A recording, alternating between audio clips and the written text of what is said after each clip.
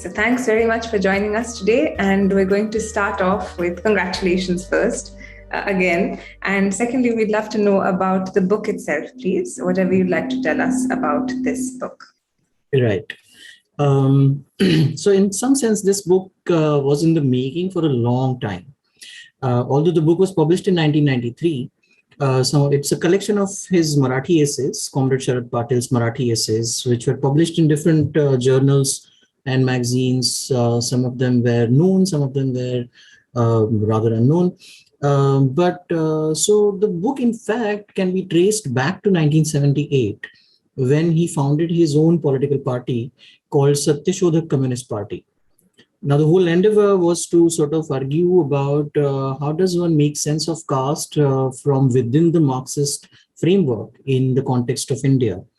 And Patil's argument was that Marxian understanding places caste as part of the superstructure and therefore fails to understand or grapple with the complexity of caste as a mode of production itself and a form of consciousness. So one needs to go to, say, a thought of Jyotirao Phule and ideas of Dr. Ambedkar, and to construct a kind of a synthesis of Marxism and Phule-Ambedkarism in order to provide a social theory of class and caste in India.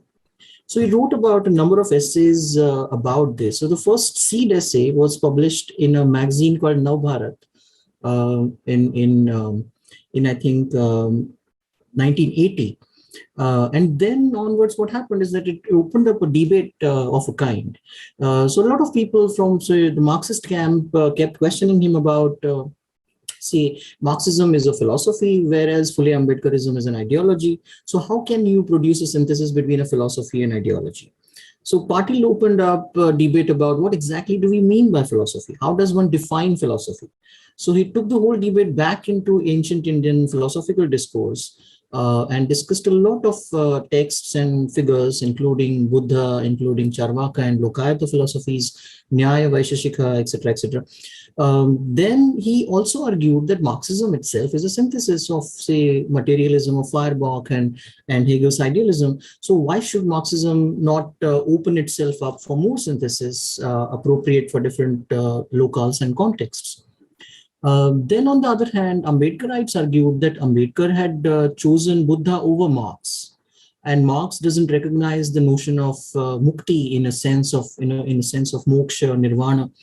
So how does one then think about the synthesis? Then Patil opened up this whole question of what do we even mean by mukti, of freedom and emancipation.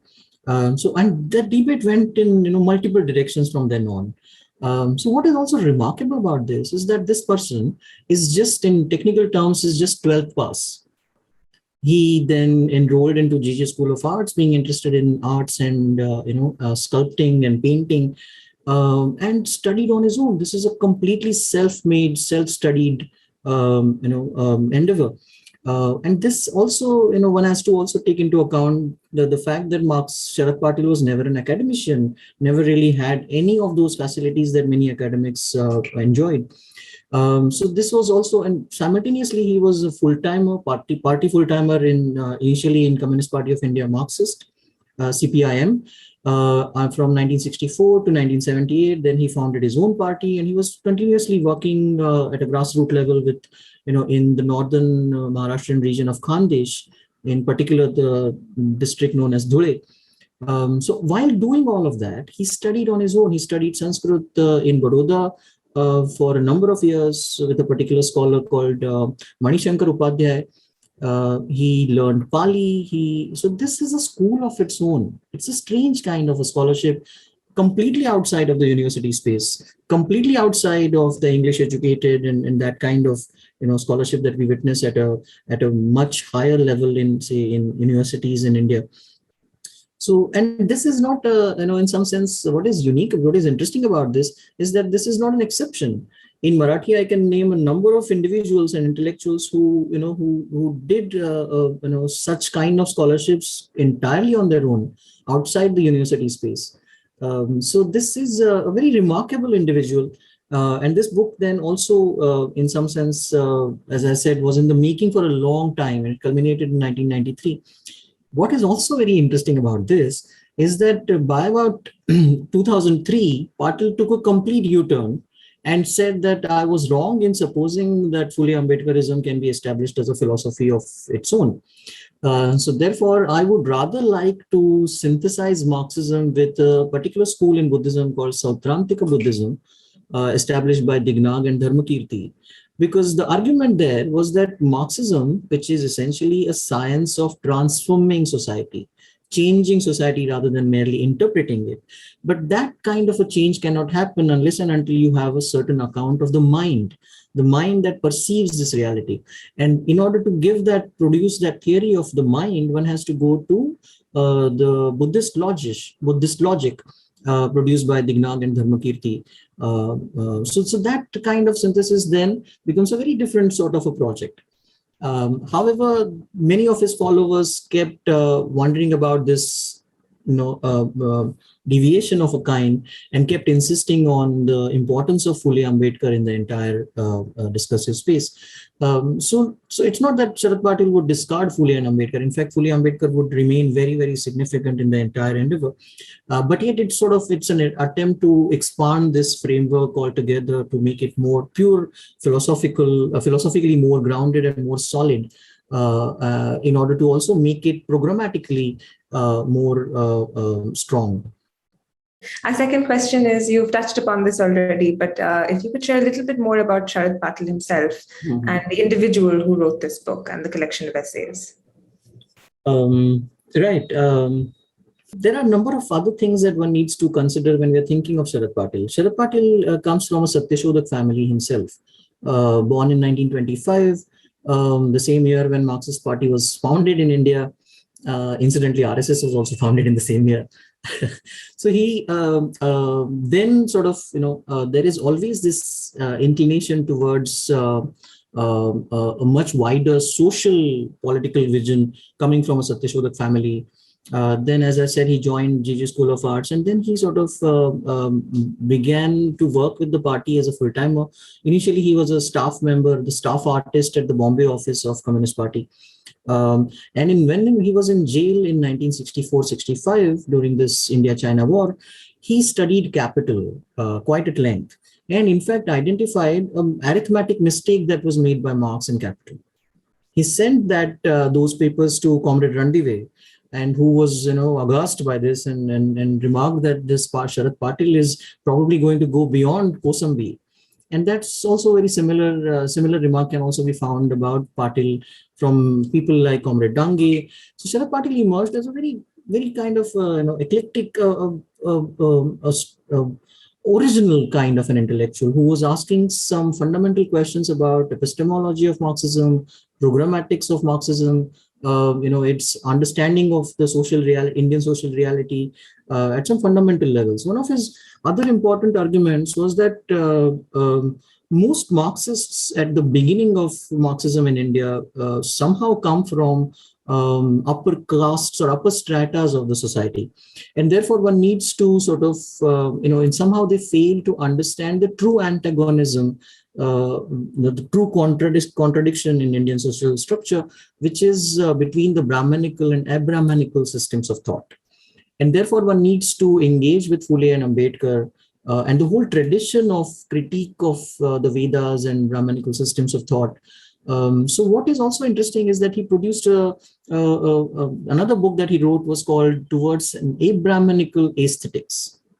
So there he tried to produce a theory of what one can constitute or conceptualize as aesthetics in Indian context. And how that aesthetics was deeply connected to questions of mode of production, questions of social structures, social hierarchies, categories like caste and class. One of his other important critique of Marxism was that class as an institution did not exist in India before colonialism. So one needs to understand caste as a much more comprehensive structure and system, both economic and social and political, in order to sort of make sense of Indian social realities. And so therefore, what Marxists, the whole endeavor of going back, tracing the history of class in the Indian context is a futile idea for Patil. So Patil would rather say that since class did not exist in India as such as an institution, one needs to sort of and Marxism in India being very dogmatic, failed to understand this reality. And so number of these questions and number of these assertions were very, very controversial, as you can imagine. The other important critique that he produced is the critique of Dr. Ambedkar himself, because his argument was that caste, as it is understood by Dr. Ambedkar, was essentially imagined as a closed form of class. And therefore, he did not understand the ways in which caste evolved as an institution. So therefore, we need to go beyond Ambedkar's own understanding and analysis of caste as well. Of course, this was also not taken very kindly by many other Ambedkarites at his time, and even today, perhaps. So Sharad Patil's synthesis wasn't simply A plus B is equal to C. It was a much more comprehensive and complex critique of both Marxism in India and Phule-Ambedkar's reading of caste and Indian society. So it's a very remarkable kind of a scholarship, and as I said, considering the fact that he was it was all his own on his own entirely, is quite astounding to come to think of it. Third question is the significance of this translation. Again, you've already pointed to it, but perhaps a word on that. Right. The significance is, as far as I see it today, as both a member of what we call vernacular public sphere, which is the Marathi in my case, and being an academic myself who works mostly in English, I see that we are in some kind of an intellectual crisis at this point in time, where there is a perceived threat of a certain homogenizing of Indian culture, Indian past, Indian histories, in the form of, say, what one can call, it can be a political crisis, but I can also see this as an intellectual crisis, where it is now perceived that there is no way one can go back to older forms of progressivism imagined within Marxism or imagined within the Dalit discourse. Both these supposedly progressive ideas and ideologies are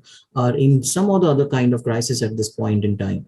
So perhaps this is a good way to refresh our understanding of both Indian history and Indian political thought in modern times.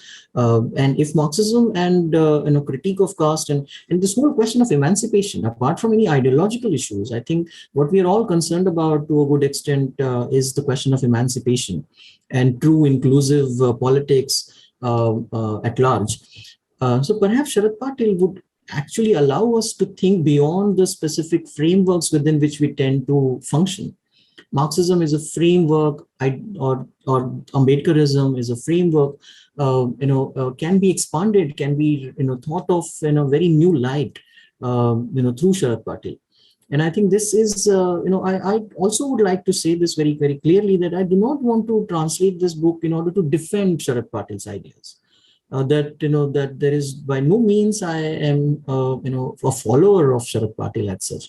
I see in Sharad Patil a very, very original mind at work. And that would actually inspire us to rethink our present. Our relationship with wider social structures, social concerns, social and political questions, but also our relationship with the past, and very complicated past. So this is in some sense the relevance that I can think of Sharad Patil today as someone who would enable us, encourage us to think beyond the given frameworks, beyond the a saturated forms of thinking.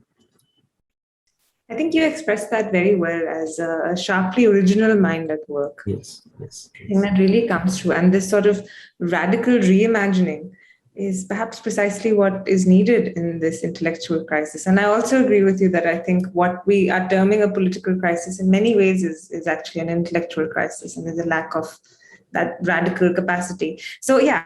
Right in the end, could I request you to please have a comment in Marathi? You could make it anything you like. We could sum up the themes we've discussed so far or anything additional, but in Marathi, please.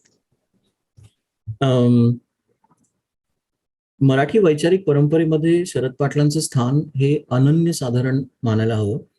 आपण ज्याला प्रबोधनाची परंपरा मराठीत म्हणतो, जी जांभेकर लोकहितवादी फुल्यांपासून सुरू होते, त्या प्रबोधनाच्या परंपरेतला हा शेवटचा माणूस आहे असं मला प्रामाणिकपणे वाटतं. मी असं म्हणतो, याचं एक महत्वाचं कारण असं आहे की त्या प्रबोधनाच्या परंपरेचा जो गाभा होता तो व्यक्तीच्या आणि समूहाच्या मुक्तीविषयीच्या शोधांचा होता. आणि तो आता आज आपण, मी असं म्हणत नाही की शरद पाटलांनंतर कोणी विचारवंतच नाहीये किंवा इतर कोणी महत्वाचं काम केलं नाहीये, पण शरद पाटील त्या परंपरेतला माणूस आहे, कदाचित शेवटचा, जो त्या मुक्तीच्या, इमॅन्सिपेशनच्या शक्यतांचा अत्यंत कळकळीने वेध घेऊ पाहतो. मला वाटतं फुले आंबेडकरी परंपरेतला हा अत्यंत महत्वाचा मोठा माणूस आपल्यात होता. 89 वर्ष शरद पाटील आपल्याकडे होते, आपल्यामध्ये राहिले, वावरले, त्यांचं लिखाण होतं, त्यांनी एक झंझावात निर्माण केला होता. आणि इतकं होऊनही आज शरद पाटलांची स्मृती पुरेशी स्पष्ट नाही, त्यांचं काही लिखाण उपलब्ध नाही, त्यांच्या कामाबद्दल आपण पुरेशा कळकळीने आणि पुरेशा चिकित्सकपणे विचार करत नाही असं मला वाटतं. आणि हा अनुवाद इंग्रजीत त्यांचं पुस्तक अनुवादित करताना मला वाटतं हा विचार घेऊन मी तो करतोय की शरद पाटलांवर नव्याने काही विचार होईल, त्यांच्या विचारांचं परीक्षण केलं जाईल, त्यांना मला वाटतं तीच सर्वात चांगली श्रद्धांजली ठरेल.